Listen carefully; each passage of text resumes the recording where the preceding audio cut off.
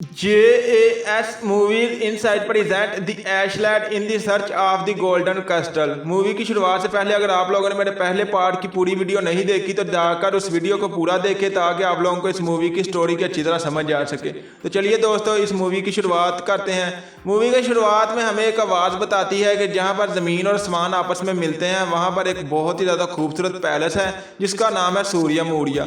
वो सारा सोने का बना हुआ था इसलिए उसको गोल्डन पैलेस भी कहते हैं। उस पैलेस पर एक बहुत ही खतरनाक राजा ने कब्जा कर लिया है जो कि अपने एक गुलाम मॉन्स्टर के साथ वहां पर रहता है और हमें बताया जाता है कि उसके पास ही एक जादुई ग्लेशियर भी मौजूद है जिसका पानी पिघलकर उस महल के नीचे मौजूद कमरे में आता है जिसको वाटर ऑफ लाइफ कहते हैं। यानी कि उस पानी को पीने से कोई भी इंसान जो भी जितना भी बीमार हो वो ठीक हो सकता है।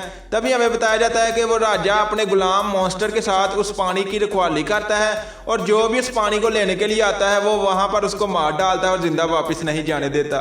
तभी हमें एस्पन दिखाया जाता है जो कि अपने दोनों भाइयों के साथ मिलकर लकड़ी का काम कर रहा होता है और एक छोटे बच्चे की गलती की वजह से एक पैर नीचे गिरता है जो कि उनके मालिक के बिल्कुल करीब गिरता है। इसीलिए उनका मालिक बहुत ज़्यादा गुस्से में आकर उनसे पूछता है कि ये सब किसने किया। तभी एस्पन उस बच्चे को बचाते हुए उसका इल्ज़ाम अपने सर ले लेता है। ये देखकर उसका मालिक एस्पन को नौकरी से निकाल देता है और साथ में उसके दो भाइयों को भी निकाल देता है क्योंकि उसके दोनों भाइयों ने एस्पन की हमायत की थी। तभी हमें दिखा देता है वो तीनों आकर अपने वालिद को ये सारी स्टोरी सुनाते हैं। इस पर उनका वालिद बहुत ज़्यादा अफसुर्दा होता है। तभी उन्हें राजकुमारी का खत मिलता है यानी कि मैसेज जिसमें राजकुमारी ने उन्हें इनवाइट किया हुआ था अपने 19वें बर्थडे पर। तभी वो तीनों तैयार होकर राजकुमारी के बर्थडे पर चले जाते हैं जहां पर हमें दिखा देता है एस्पन राजकुमारी को ढूंढने की कोशिश करता है क्योंकि वो उसके लिए एक गिफ्ट लेकर आया हुआ होता है। इससे पहले कि वो उसे गिफ्ट दे वो उसमें कामयाब नहीं हो पा रहा होता। दूसरी तरफ उसका एक भाई होता है जिसका नाम पाल होता है जो कि आकर खाने के टेबल पर खाना लेने लगता है। तभी वहां पर एक लड़की आकर उससे बातें करती है और उससे कहती है कि क्या तुम मेरे साथ डांस करोगे। ये सब होने के बाद पाल बहुत ज़्यादा डर जाता है और वहां से भागता है और आकर अपने दूसरे भाई के साथ खड़ा हुआ आता है। तभी वहां पर एक नौकर आता है यानी कि सर्वेंट जो कि आकर उन्हें मशरूबात देता है। उन्हें कहता है कि ये मशरूबात उन्हें राजा और रानी को देनी है। इस पर वो बहुत ज़्यादा अफसरदा होते हैं लेकिन वो राजा और रानी को वो मशरूबात दे देते हैं। तभी राजा हमें दिखा देता है जो कि बातें करते हुए वहां पर नीचे गिरता है और साथ में रानी भी नीचे गिर चुकी होती है। तभी एक डॉक्टर उनका चेकअप करने के बाद राजकुमारी को बताता है कि आपके वालिद और वालदा को किसी ने जहर दिया है। इस पर वो अपने खास मशीर यानी कि जो वजीर होता है उसके कहने पर उन दोनों भाइयों को जेल में बंद करवा देते हैं। तभी हमें दूसरी तरफ एस्पन दिखाया जाता है जो कि अगर राजकुमारी से कहता है कि मैं जानता हूँ अभी हमें क्या करना है, हमें वाटर ऑफ लाइफ लेकर आना होगा और मैं वो ला सकता हूँ। राजकुमारी के पास कोई भी दूसरा ऑप्शन नहीं होता अपने वालिदैन को बचाने के लिए, इसीलिए वो एस्पन की बात मानकर उसके साथ वाटर ऑफ लाइफ लेने के लिए निकल पड़ती है अपने चंद सिपाहियों के साथ। दूसरी तरफ हमें वही आदमी दिखाया जाता है जो कि जिसके कहने पर उन दोनों भाइयों ने वो मशरूबात दिए थे यानी कि नौकर, जो कि आकर एक रेस्टोरेंट में एक ग्रुप से मिलता है। उन्हें बताता है कि उनका काम हो गया है, मैंने राजा और रानी को जहर दे दिया है। लेकिन उनकी बेटी जो है राजकुमारी वो एक एस्पन नामी लड़के के साथ वाटर ऑफ लाइफ को ढूंढने के लिए गई है। तभी वो ग्रुप कहता है कि वो वाटर ऑफ लाइफ तक कभी नहीं पहुंचेंगे क्योंकि वो रास्ते में उन्हें रोक लेंगे।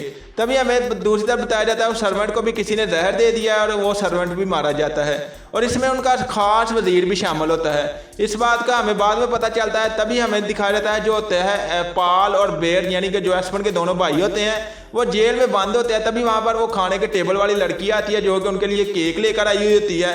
तभी उसने उस केक के अंदर उनके वहां से भागने का भी बंदोबस्त कर दिया होता है। ये देखने के बाद वो बहुत ज़्यादा हैरान होते हैं। तभी दूसरी तरफ हमें दिखाया जाता है जो होता है एस्पन वो राजकुमारी के साथ आगे बढ़ते हुए उस जगह पर पहुंचता है जहां पर वो पिछले पार्ट में उसे नाक वाली लेडी मिली थी यानी कि जिसकी बहुत ही लंबी नाक थी। वो आकर उसे वहां से ढूंढता है लेकिन वो वहां पर उसे नहीं मिलती और एक गिलहरी से उसे पूछने पर वो गिलहरी उसे उसके घर में ले जाती है जहां पर वो देखता है कि उसकी नाक एक चेयर के अंदर फंसी हुई है। तभी वो उसकी मदद करता है। इस बार हमें दिखा देता है कि जब वो उससे उस गोल्डन पैलेस के बारे में पूछता है तो वो बताती है कि एक ही इंसान है जो कि उस पैलेस से अभी तक जिंदा आया है, तुम्हें उसे ढूंढना होगा। वो एक बहुत ही खतरनाक गुफा के पार एक बहुत ही शानदार घर में रहता है। तभी वो उस गुफा में भी एक बहुत ही बुरी क्रिएचर है जो कि तुम्हारा रास्ता रोकने की कोशिश करेगी लेकिन तुम्हें उसे बचकर वहां से आगे जाकर उस घर में उस बुजुर्ग से पूछना होगा। तभी वो तुम्हें बताएगा कि गोल्डन पैलेस कहाँ पर है। और इससे पहले कि वो वहां से निकले उस बुढ़िया ने उस एस्पन नामी लड़के को 2 बूट दिए हुए होते हैं जो कि उड़ने वाले जूते होते हैं क्योंकि एस्पन ने उसकी फिर से मदद की हुई होती है। ये होने के बाद एस्पन बहुत ज़्यादा खुश होकर राजकुमारी के साथ आगे बढ़ता है और रास्ते में उन्हें एक टूटा हुआ स्टील का बर्तन मिलता है जो कि एस्पन अपने साथ लेता हुआ आगे बढ़ता है और हमें दिखाया जाता है जब वहाँ पर पहुँचते हैं तो जंगल में बहुत ज़्यादा डरावनी आवाज़ें आती हैं। ये सुनने के बाद उनके सिपाही वहाँ से भाग जाते हैं और जो रानी यानी कि राजकुमारी होती है वो एस्पन के साथ वहीं पर ठहरने का बंदोबस्त करती है, क्योंकि वो रात वहीं पर गुजारने लगे होते हैं। इससे पहले कि वो सोएं, जो राजकुमारी होती है उसे बहुत ज़्यादा खराटे आते हैं। इसी बात से जो होता है एस्पन बहुत ज़्यादा तंग होता है और वह अपने कानों में ग्रास ले लेता है। और हमें दिखाया जाता है जो ग्रास यानी कि घास लेने की वजह से वो उसकी बात और किसी और की बात भी सुन नहीं पाता। तभी वहाँ पर हमें एक साइलेंट की धुन सुनाई जाती है, जिसकी वजह से राजकुमारी जो होती है वो उसी धुन के पीछे चलने लगती है। ये देखकर एस्पन बहुत ज़्यादा हैरान होता है, क्योंकि उसे वो धुन सुनाई नहीं दे रही होती। हमें दिखाया जाता है कि वो आकर राजकुमारी को होश में लाता है, उसे बताता है कि तुम इसके कंट्रोल में थी। वो एक क्रिएचर है जो कि एक वायलिन बजा रहा होता है। तभी वो क्रिएचर जो होता है वो एस्पन से कहता है कि मैं तुम्हें यहाँ से आगे नहीं जाने दूंगा। इस पर एस्पन उससे एक मुकाबला करता है, उससे कहता है कि अगर मैं जीता तो तुम मुझे यहाँ से जाने दोगे, अगर मैं हारा तो तुम जो कहोगे मैं वो दूंगा। तभी वो कहता है कि इसके बदले में तुम्हें उस अपनी सोल देनी होगी। इस पर एस्पन उसकी बात मान लेता है और हमें दिखा जाता है वो क्रिएचर वहाँ पर वायलिन बजाता है, लेकिन एस्पन को कुछ भी नहीं होता क्योंकि उसके कानों में घास होती है। तभी जब एस्पन उस वायलिन को बजाता है तो इतना बुरा बजाता है कि वो जो क्रिएचर होता है वहीं पर बेहोश हो जाता है और एस्पन राजकुमारी को लेकर उस गुफा से बाहर आता है और वो आगे बढ़ते हैं। और आगे बढ़ने पर वो उस घर में पहुंच चुके होते हैं जहां पर वो बुरा आदमी है और वो एक बुरे आदमी से पूछते हैं कि आप ही हैं जो उस पैलेस से वापस आए हैं। तभी वो कहता है कि मैं नहीं बल्कि मेरे दादाजी हैं। और आगे बढ़ने पर उन्हें एक और बुरा आदमी मिलता है जो कि उन्हें सेम जवाब देता है। इसी तरह जब वो लास्ट में एक बुरे आदमी के पास पहुंचते हैं जिसका साइज बहुत ही छोटा होता है, उसकी एज बहुत ही ज़्यादा होती है क्योंकि उसने वाटर ऑफ लाइफ पिया होता है। इसीलिए जब एस्टर जो होता है एस्पन वो उससे पूछता है कि तुमने उस गोल्डन पैलेस के बारे में कुछ पता है, तुम्हें कुछ याद है, लेकिन वो कहता है कि मेरी याददाश्त बहुत ज़्यादा कमज़ोर है, इसीलिए मैंने ये सारा जो अपना सफ़र था वो एक डायरी में लिखा हुआ है, तुम उस डायरी को लेकर उस जगह तक पहुंच सकते हो। इस और डायरी को लेकर जो एस्पन होता है वो राजकुमारी के साथ उस घर से बाहर निकलता है और आगे बढ़ने लगते हैं। तभी वो ग्रो जो होता है उस लेडी का जिसने उस राजा को जहर दिया होता है वो उन दोनों को पकड़कर बंदी बना लिया जाता है और वो अपने साथ लेती है। तभी रात को वो उन्हें बताती है कि राजा और रानी को जहर भी उसी ने दिया था, उसमें उसके खास आदमी ने यानी कि उनका जो खास वजीर है उसने उसकी मदद की थी और वो उस किंगडम पर राज करना चाहती है। इस पर राजकुमारी बहुत ज़्यादा अपसेट होकर वहाँ पर मौजूद एक चाकू को छुपा लेती है और हमें दिखा जाता है कि वो उन दोनों को मारने लगे होते हैं और दो आदमी जो उन दोनों को मारने लगे होते हैं वो प्लान बनाते हैं कि इन दोनों को कैसे मारा जाए। तभी जो राजकुमारी होती है वो अपने हाथ और अपने दोस्त यानी कि एस्पन के हाथ भी वहाँ से छुड़ा लेती है और वहाँ से भागने लगे होते हैं। तभी वो उनको पकड़ लेते हैं। हमें दिखा जाता है राजकुमारी जो होती है वो वहाँ पर वायलिन बजाती है जो कि एक क्रिएचर का होता था और हमें दिखा जाता है जिसकी वजह से वो सब डांस करने लगते हैं और जो राजकुमारी होती है वो एस्पन को लेकर वहाँ से भागती है।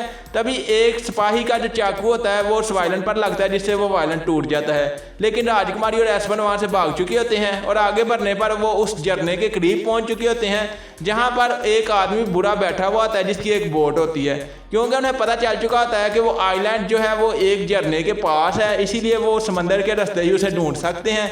तभी हमें दिखा देता है कि उन्हें एग्जैक्ट लोकेशन पता नहीं होती, इसीलिए वो बुरा आदमी उन्हें एक मैप देता है, उनसे पूछता है कि तुम्हें कहाँ पर जाना है। तभी वो उस मैप की मदद से उसे बताते हैं कि उन्हें कहाँ पर जाना है। इसी तरह रास्ते में उन्हें एक साल्ट की बोतल मिली हुई होती है जिसमें एक खास किस्म का नशा होता है जो कि किसी भी बेहोश आदमी को दोबारा से जिंदा कर सकता है और हमें दिखा देता है एस्पन उसे भी साथ लेता है और हमें दिखा देता है कि वो आदमी उनकी मदद के लिए यानी कि बोट अपने साथ ले जाने के लिए नहीं मानता। तभी रानी उसे कुछ पैसे देकर वो बोट खरीद लेती है और उस बोट की मदद से एस्पन के साथ उस समंदर में आगे बढ़ती है। तभी जब वो आगे बढ़ते हैं तो रात होते ही उन पर बहुत ही खतरनाक क्रिएचर हमला करती हैं जिनसे वो उस स्टील की मदद से बच रहे होते हैं, क्योंकि वो स्टील वाला बर्तन उनकी कमजोरी होता है, इसीलिए वो उनको मार रहे होते हैं। और हमें दिखा देता है एक बहुत ही बड़ा क्रिएचर उस बोट पर हमला करता है जिससे रानी यानी कि राजकुमारी जो होती है और एस्पन दोनों अलहदा हो चुके होते हैं। लेकिन जब अगली सुबह एस्पन को होश आता है तो वो वहाँ पर राजकुमारी को ढूंढता है लेकिन उसे नहीं मिलती और आगे बढ़ने पर उसे गोल्डन पैलेस मिल चुका होता है। तभी हमें पता चलता है कि जब वो गोल्डन पैलेस के अंदर आता है तो वहाँ पर वो देखता है कि राजा का कंकाल पड़ा हुआ है, यानी कि राजा मर चुका है और उसके हाथों में एक गोल सी चीज़ होती है जिसे वो ले लेता है और वहाँ पर उसे नीचे जाने की सीढ़ियाँ भी मिलती हैं जिनकी वजह से वो नीचे आता है। वहाँ पर वो एक जहरीली गैस छोड़ी जाती है। इससे पहले कि वो बेहोश हो वो उस साल्ट वाली बोतल को सूंघ लेता है और हमें दिखा देता है कि वो आगे बढ़कर उस कमरे को ढूंढ लेता है जिसमें वो वाटर ऑफ लाइफ हो। तभी हमें वहां पर उस ग्रोह का भी आदमी, यानी कि एक आदमी नहीं बल्कि पूरा ग्रोह दिखाया जाता है, जो कि राजकुमारी को पकड़े हुए वहां पर आता है और एस्पन से कहता है कि वो साइड पे हो जाए। तभी उनकी लीडर आगे बढ़कर उस वाटर ऑफ लाइफ को पीकर बहुत ज़्यादा जोश में आ चुकी होती है। उसे लगता है कि उसके पास अभी बहुत ही ज़्यादा पावर है, उसे अभी कोई भी नहीं मार सकता। और उन सब के शोर की वजह से वहां पर सोया हुआ क्रिएचर जिसके 3 मुंह होते हैं वो जाग चुका होता है। इससे पहले कि वो इन गैंग वालों पर हमला करे, जो उनकी लीडर होती है वो उस पर हमला करती है, क्योंकि वो खुद को बहुत ज़्यादा ताकतवर समझती है। और जब वो मॉन्स्टर हमला करता है तो हमें दिखा देता है सब वहाँ से भागने लगते हैं। और भागने के दौरान जब वो बाहर आते हैं तो गैस की वजह से वो बेहोश हो जाते हैं, और जो बच चुके होते हैं वो एक बॉक्स के अंदर छुप जाते हैं। तभी हमें दिखा देता है राजकुमारी एस्पन के साथ उस मॉन्स्टर से बातें करती है, उससे कहती है कि हमें थोड़ा सा पानी चाहिए। लेकिन वो कहता है कि अगर उसने उन्हें पानी लेने दिया तो राजा है जो है वो उसकी आंख वापस नहीं करेगा। इस पर एस्पन उसे वो गोल चीज़ वापस देता है, जो कि दरअसल उसकी आंख होती है। और आंख मिलते ही वो उन्हें वहाँ से पानी लेने देता है, और पानी लेते ही एस्पन जो होता है वो उड़ने वाले बूट्स की मदद से वहाँ से रानी को, यानी कि राजकुमारी को लेकर वहाँ से निकलता है, क्योंकि उसे जल्दी ही पैलेस में आना होता है। तभी दूसरी तरफ जब वहाँ पर उसके भाइयों ने भागने की कोशिश की हुई होती है, और इसी दौरान वो पकड़े जाते हैं। इसलिए वजीर जो होता है वो उन्हें मौत की सजा देने लगा होता है। तभी एस्पन जो होता है वो राजकुमारी के साथ वहाँ पर पहुँचकर राजा को और रानी को जिंदा कर देता है, और वो अपनी भाइयों की फांसी को भी रुकवा देता है। और हमें दिखा देता है राजा जो होते हैं वो अपने सिपाहियों से कहते हैं कि वो इस वजीर को भी पकड़ लें, क्योंकि यही गद्दार है। और हमें दिखा देता है कि उसको बंदी बना लिया जाता है। लास्ट में हमें दिखा जाता है कि एस्पन जो होता है वो अपना गिफ्ट राजकुमारी को देता है, जो उसके गिफ्ट में कोई और चीज़ नहीं बल्कि उसकी मदर का नेकलेस होता है। ये देखकर राजकुमारी को पता चलता है कि एस्पन उससे प्यार करता है, इसीलिए वो भी अपने प्यार का आधार करते हुए एस्पन से किस करती है। दूसरी तरफ हमें यह भी बताया जाता है कि जल्द ही उनकी शादी करवा दी जाती है, और जो एस्पन का बड़ा भाई होता है वो भी एक लड़की से अपने प्यार का आधार करता है। ये लड़की वही होती है जो कि उसकी जेल में मदद करती है, और वो दोनों की भी जल्द ही शादी करवा दी जाती है। और लास्ट में हमें वो मॉन्स्टर दिखाया जाता है 3 मुंह वाला, जो कि बॉक्स में छुपे हुए जो कि उस गैंग के आदमी होते हैं उनको खा लेता है। यहीं पर इस मूवी की एंडिंग होती है। मुझे उम्मीद है कि आप लोगों को मेरी ये एक्सप्लेनेशन पसंद आएगी। अगर ये वीडियो पसंद आए तो इस वीडियो को लाइक करें एंड मेरे चैनल को सब्सक्राइब करें एंड बेल आइकन के बटन पर क्लिक करके ऑल पर क्लिक कर दें, ताकि इस तरह की आने वाली हर एक वीडियो आप तक बआसानी पहुंच सके। मैं मिलता हूं मेरी अगली वीडियो में, तब तक के लिए खुदा हाफिज।